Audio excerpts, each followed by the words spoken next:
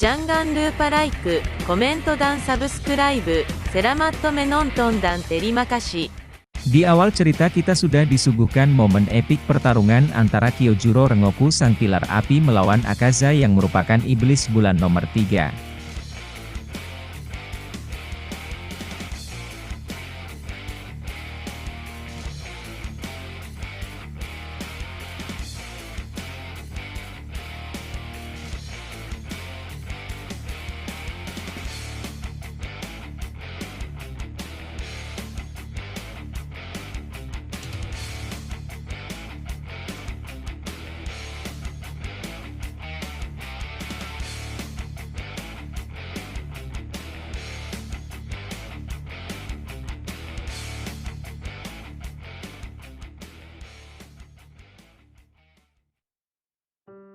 Namun sayang, Rengoku harus kalah di tangan Akaza. Setelah kepergian Rengoku, suasana duka pun menyelimuti tempat itu. Tanjiro, Inosuke dan Zenitsu pun tak kuasa menahan air mata selepas kepergian Rengoku.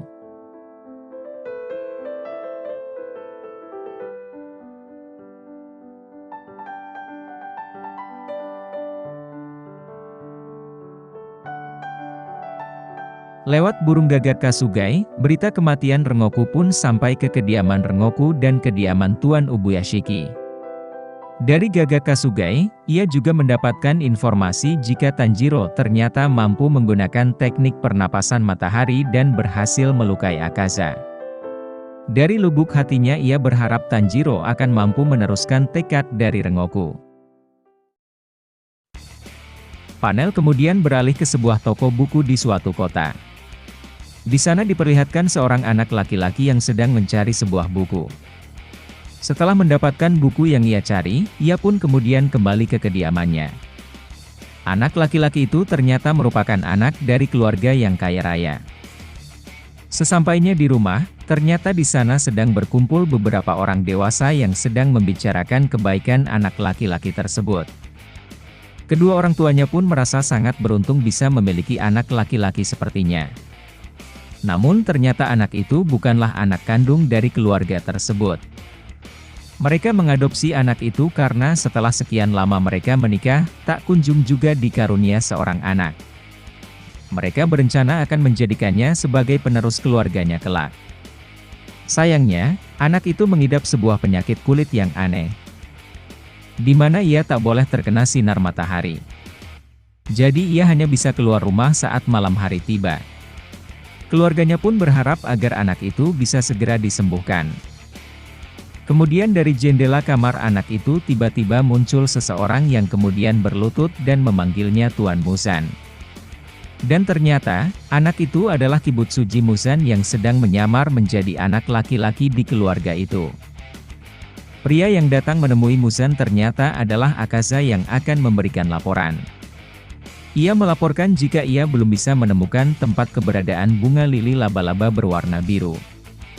Serta melaporkan bahwa ia juga telah berhasil membunuh seorang Hashira. Mendengarnya telah membunuh seorang Hashira, ternyata tak cukup membuat seorang Muzan menjadi merasa senang. Justru hal itu malah membuatnya marah. Hanya dengan menunjuknya saja, Muzan telah berhasil membuat Akaza ketakutan dan muntah darah. Membunuh manusia merupakan hal yang lumrah bagi seorang iblis.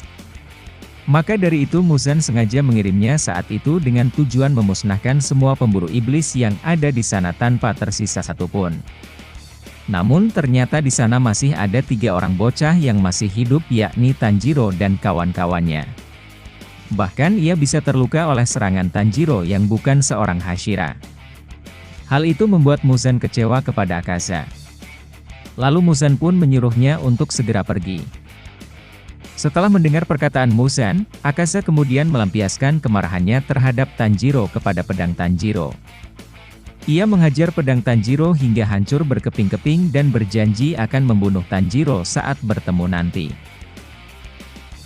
Panel pun berpindah ke kediaman Shinobu, tempat di mana Tanjiro dan yang lainnya dirawat. Terlihat di sana Zenitsu yang sedang menyelinap ke dapur untuk mencuri kue manju. Melihat kawannya masih sangat terpuruk selepas kematian Rengoku, ia berniat menghibur teman-temannya dengan memberikan kue manju tersebut. Namun sesampainya ia di ruangan Tanjiro, seorang perawat tiba-tiba mengagetkannya. Perawat itu mengatakan jika Tanjiro telah kabur. Ia sudah mencarinya kemana-mana, namun tak juga berhasil ditemukan. Ia takut akan dimarahi oleh Nona Shinobu karena luka pada perut Tanjiro masih belum sembuh sepenuhnya. Panel pun beralih ke tempat Tanjiro. Ternyata Tanjiro hendak pergi ke kediaman Rengoku dengan dipandu oleh burung gagak Kasugai milik Rengoku. Sesampainya di sana, ia berjumpa dengan adik Rengoku yang bernama Senjuro.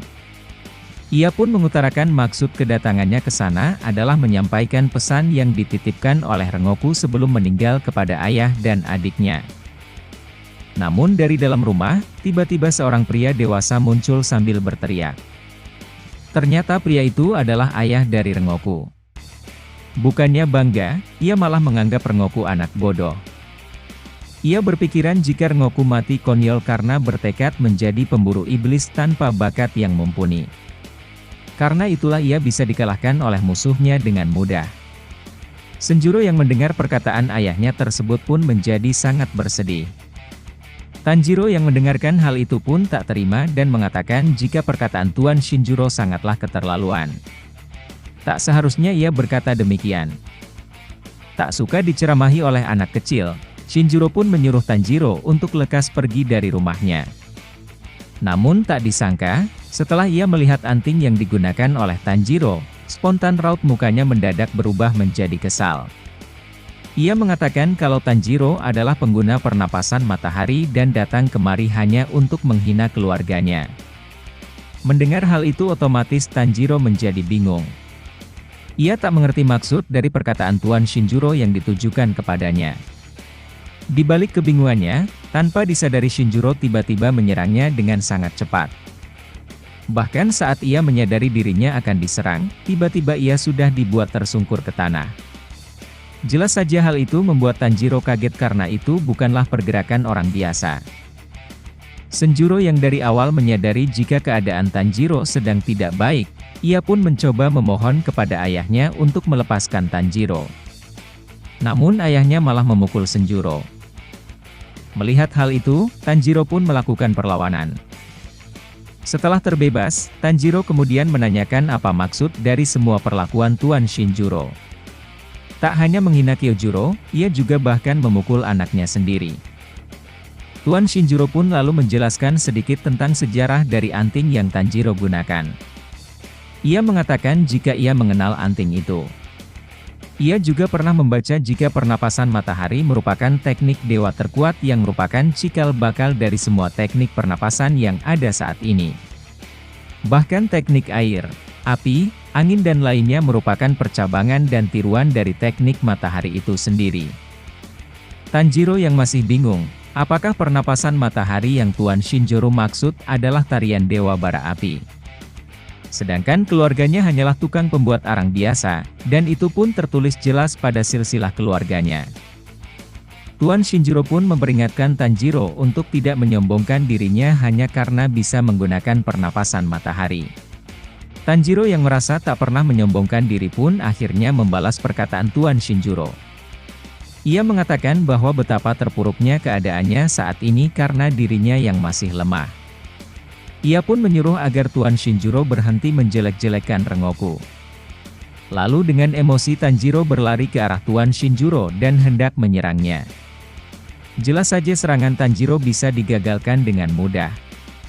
Karena Tuan Shinjuro adalah mantan pilar api. Justru kini Tanjiro lah yang mendapat pukulan telak. Melihat hal itu, Senjuro menyuruh ayahnya agar berhenti memukuli Tanjiro. Tanjiro yang terpuruk pun menyesali dirinya yang tak bisa berbuat banyak untuk membantu Rengoku saat itu. Namun di saat tak terduga, ia pun tersadar dan tiba-tiba membenturkan kepalanya ke kepala Tuan Shinjuro. Alhasil akhirnya mereka berdua pun tersungkur. Panel pun kemudian beralih ke kediaman Senjuro di mana perselisihan antara Tanjiro dan ayahnya telah berakhir. Tuan Shinjuro ternyata baik-baik saja setelah terbentur dengan kepala Tanjiro tadi. Senjuro pun kemudian berterima kasih kepada Tanjiro karena telah berani membela kakaknya di depan ayahnya. Lalu Senjuro menyodorkan sebuah buku kepada Tanjiro. Buku itu ternyata berisi tentang teknik pernapasan api keluarganya yang diwariskan secara turun-temurun. Senjuro berharap Tanjiro bisa menemukan apa yang ia cari di buku itu. Tanjiro pun mulai membuka buku itu, namun ada bagian dari halaman buku itu yang rusak dan robek. Dan part 1 pun berakhir. Demikianlah alur cerita Demon Slayer Kimetsu no Yaiba Season 2 episode 1, part pertama kali ini. Dan jangan lupa saksikan terus kelanjutan kisah Tanjiro dan yang lainnya dalam memburu para iblis. Terima kasih telah menonton dan semoga terhibur.